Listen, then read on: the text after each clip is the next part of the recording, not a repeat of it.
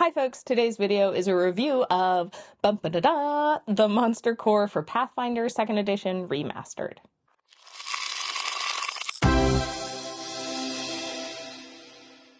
The Monster Core will be out tomorrow, and Paizo kindly sent us a copy to review, so let's dive in.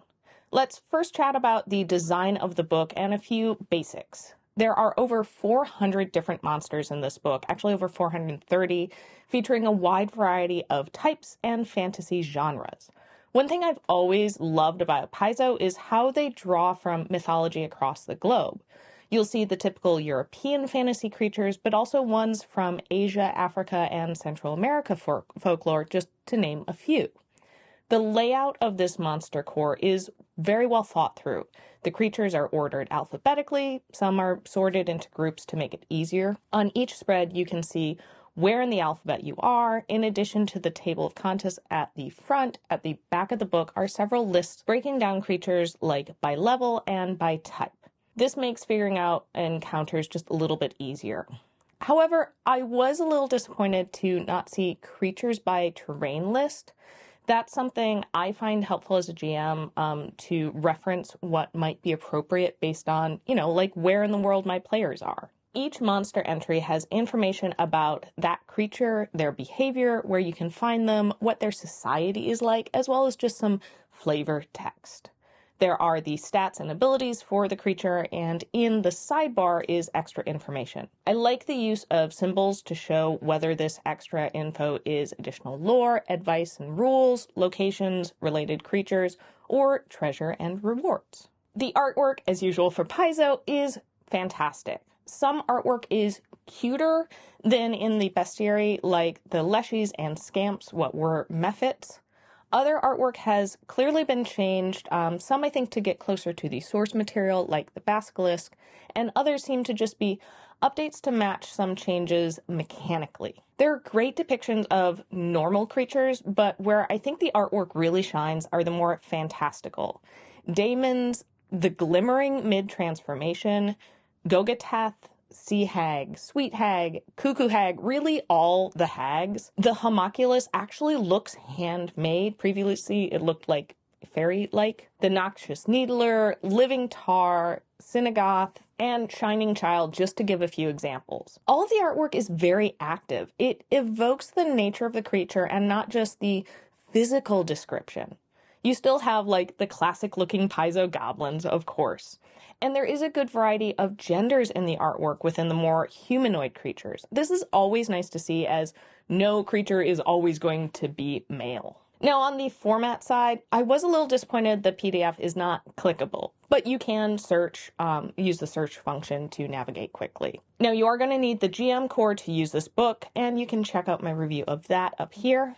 But the introduction does provide a good overview of what's in the book and how to read the material. I also really like that there are the content warnings insert. This is very nice to be able to identify creatures you may not want to use if you are avoiding any specific topics in your game. While you have just straight up animals, most of the creatures in the monster core are nuanced. They have societies, complex wants, and can be used for combat or other kinds of encounters, even be used as allies. Before I get into some specifics and design changes, I want to take a moment to thank all of our patrons, especially Tucker. If you want to support our channel, the best way to do so is Patreon. Head on over to patreon.com/rollforinitiative, check out the perks, and become a patron today. Now, Paizo has completely moved away from any OGL material in their remastered editions of 2nd edition. So you will see some monsters that have names or abilities changed. While they were doing this, they also took an opportunity to just update the monster core and had these were the key design goals. Match the remaster rules, collect the greatest hits, replace OGL, match mythology, and pack it full. So I'm going to look at each of these design goals in the rest of this review. First, match the remaster rules. You'll notice that there are no alignments listed for monsters. The closest you have is the holy and unholy trait that a few of the creatures have.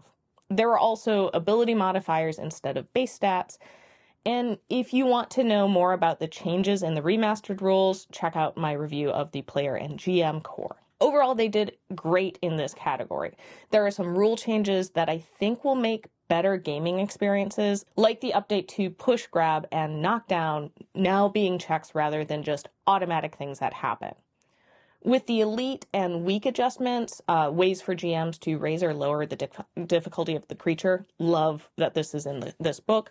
The lower level increases by 2 instead of 1. I think this is going to make lower level encounters work better. And I also noticed they adjusted a number of lower level monster stats, like lowering some ACs or the damage they do, which I think is a good move, as lower level games had a tendency to be a little too deadly at times. Next match, the Mythology. So in addition to updating art, like the Archons are a lot less pop culture angel and more biblical angel, like they're less human and they have multiple heads or body features that are kind of unsettling and awe-inspiring. Also, some mechanics have been adjusted to better suit the source material those monsters were drawn from.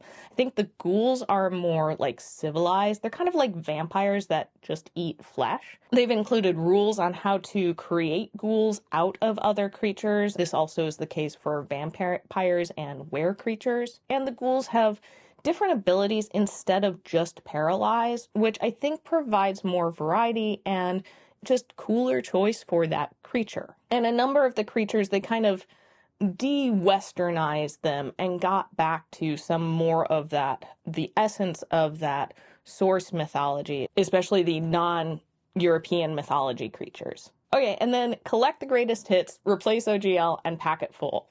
So the Monster Core has most of the monsters in the Bestiary 1, and several from Bestiary 2, 3, and a few other source books. I'm not sure which exact ones, as I haven't done a side-by-side comparison, but I did recognize a couple that I know weren't in the original Bestiary, and I've seen in some of those other books. Now, some of these strictly OGL monsters, like owl bears, aren't in the book, and a number have been renamed. The Kohola instead of gnolls. Instead of a Baylor demons, you have Vrolikai demons, which was more of a lore change, as Vrolikai demons already existed in Pathfinder. And some have also had adjustments to their ability names. And there are a lot of monsters in here. I counted over 430.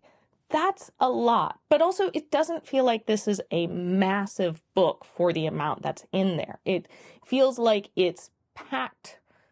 It's densely packed without being excessive. I do want to talk about a few specific monsters, starting with dragons. I love the new dragons. They've moved away from kind of the good metallic and evil chromatic dragons, and instead dragons are keyed to traditions of magic. You can also create spellcasting versions of any dragons thanks to a nice handy sidebar. And this just gives much more interesting and diverse dragons. Where previous versions all kind of felt similar, just they have different colors and breath attacks, these feel unique. I particularly love the Mirage, Fortune, and Omen dragons. Plus the Fey Dragonette is adorable, and I want one. I'm really excited to see how and where Paizo expands dragons and dragon-like creatures in future books. I am a little disappointed in the layout of the dragon section, though, as the depictions of each type didn't line up with the entries. They're, for some reason, a page off. Why? Speaking of dragon-like creatures, kobolds also got a makeover. Their eggs can absorb traits of powerful creatures, and while they still favor dragons, it can be other things. The example we see is the Cavern Mage, who absorbs traits from an earth elemental creature. Really excited to see this new take on kobolds, and I'm hoping that future books will have actual rules on how to morph your own kobolds, as those rules weren't in this book. Golems have also been renamed, and they're no longer grouped together. I think this was done to move closer to like the source mythology, but it does mean adjustment if you're familiar with the 2E golems, and you'll kind of have to search through the book. You also have humanoid NPC ancestries like dwarves and gnomes. They've also added the Athmaru and Centaur ancestries, which I think are related to an upcoming release. White and Wraiths have had their abilities adjusted and just make them feel unique. They no longer just kind of drain life and are variations on each other. They have some different abilities, and I really like the cloak-related abilities of the Wraith. Really makes them two distinct creatures. And finally, I just love the Tooth Fairy entry. There is something about these little fey creatures not being all cute and here's a coin for your tooth, but rather creatures that grow from child's teeth and will literally tear the teeth out of your skull. I find that fun. Does that make me weird? So all in all, I am really pleased with the Monster Core. It's a great monster book for a GM who is just starting out and wants a good variety. It feels like a polished, improved version of the Bestiary for returning GMs. So the physical book is $60 and the PDF is only $20. I do think it's worth the price, especially for new GMs. If you're a returning Pathfinder 2nd edition GM, maybe you wait for a sale or just pick up the PDF. So what do you think? Are you planning on getting the Monster Core? Have you already gotten it? If so, what's your favorite creature? I think mine is the Fortune Dragon. I'd love to hear your thoughts about this book down in the comments below. Thanks for watching, and I'll see you next time on Roll for Initiative. Bye!